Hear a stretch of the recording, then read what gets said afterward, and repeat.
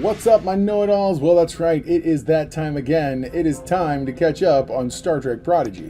So today's episode is the one we're going to be covering, and that's Season 1, Episode 17, Ghost in the Shield.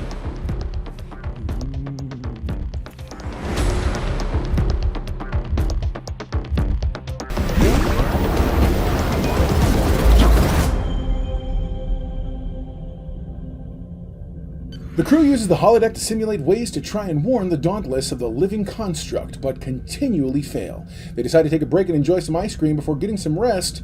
After noticing some strange things about the ship, the crew soon realizes they're still in the holodeck. They begin working their way through various holodeck simulations programmed by the crew: Zero's detective story, Jankom's street fighting simulator, a jazz club programmed by Murf, and an amalgam of Dal's pirate simulation and Rock's virtual pet game. Zero soon deduces that the simulation is designed to keep them searching for clues indefinitely and tells them to stay put as the pirate ship sinks, ending the program.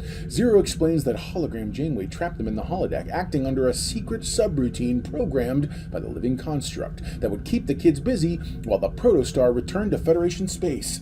Hologram Janeway apologizes as the crew suddenly finds themselves face to face with the Dauntless and unable to control the Protostar. Yeah, so that was insane. Who doesn't? Anybody who loves Star Trek understands and loves the classic I'm Trapped in the Holodeck series. Literally, The Next Generation kind of made this their pet project every season, having one or two holodeck-centric episodes. And let's face it, with a technology like the holodeck, I'm shocked there aren't more things that go wrong. There's an entire Lower Decks video game based on the concept that Badgie has stuck them all inside the holodeck. That's not a paid advertisement or a promotion. I play the game and I'm like, literally, this is the premise. So you also, this is a really, really good look into how the characters have come together. So there's several things that are happening, I think, between last episode or previous and then now this one. You start to really genuinely understand our group. Yes, we've seen plenty of episodes with them, and yes, we've had character development, but how much more can you understand a character unless you understand what their recreation looks like, how much time they spend on things looks like. It helps tremendously to be able to kind of see their problem-solving skills, to see their deduction skills. Also helps them to show with the things that they're dealing with, like Dahl having a pirate ship, and he's like, well, I generally like to, once in a while I want a crew who maybe respects me and listens to what I have to say or whatever else. And again, it's all cute and clever, but when you look at it, it's really interesting to see how they're threading those particular needles. So I enjoyed this episode. I think it was pretty cut and dry. This was another episode where I was like, oh my gosh, it's done, and I was blown away because I was like, I felt like it was super short because of how things moved at a decent clip. So would love to hear your thoughts on the episode and kind of where your head is at. It's such an interesting conundrum that they're facing, because you want to sit here and say, well, how do you communicate when the very act of communication connects the ship to Starfleet's greater network, thus doing the damage that it's trying to do? And I feel like, man, I start thinking myself, I'd love to hear, comment, do me a favor, one, like the video, but comment with your thoughts. How would you solve the problem? Would it literally be a handwritten note shot out of an airlock in the hope that it gets in the right direction? Like, what would you do if faced with that scenario? Because remember, Janeway and them are operating under a very specific set of both instructions as well as standard operating procedures. Now, we got to see a little bit of how Janeway's starting to deduce some things, but then also, because of how this episode's put together, we don't get the answer to our actual cliffhanger we were left on.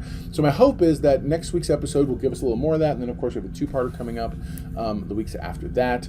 I know we have 3 more episodes in the season. I'm excited for them, and I think that there is a lot more. There's a lot more in the story to tell, but I keep asking, how do you continue? What does I feel like you can't have them running away for an entirely another season.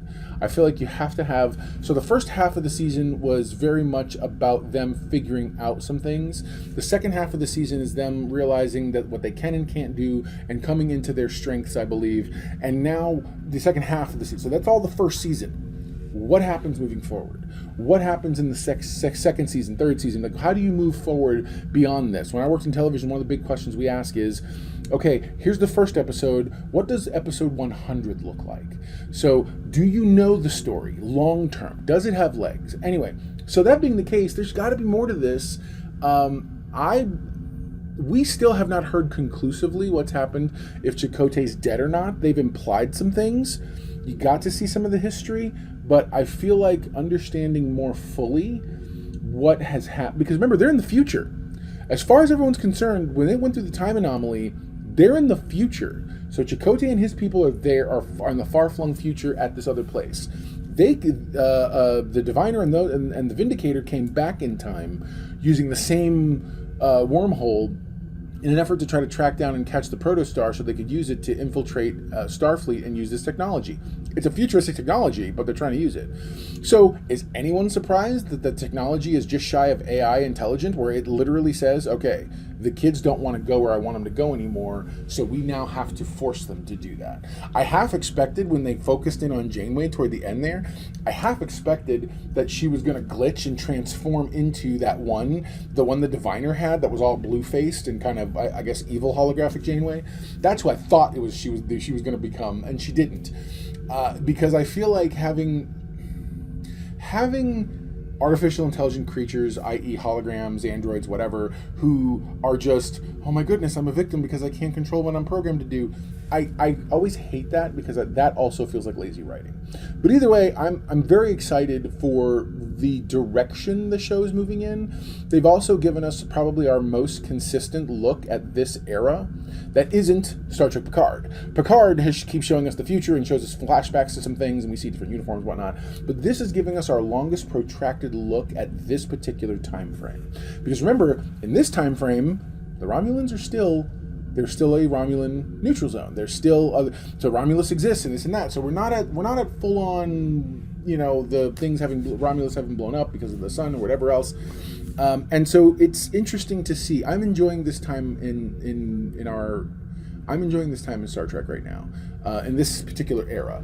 Doesn't mean I'm not down for some other stuff. Like, for me, I'm looking forward to the next season of Discovery and whatnot. But comment below. I'd love to know what you thought of the episode, as well as what you think of the future of Star Trek. So there you go. Now you know. And if knowing is half the battle, you are halfway to being a know-it-all yourself. So what is my know-it-all index for this episode? I tell you what, I've noticed they've been creeping up. But this episode I liked it. It was very decent. So I'm going to go ahead and give this episode a 9.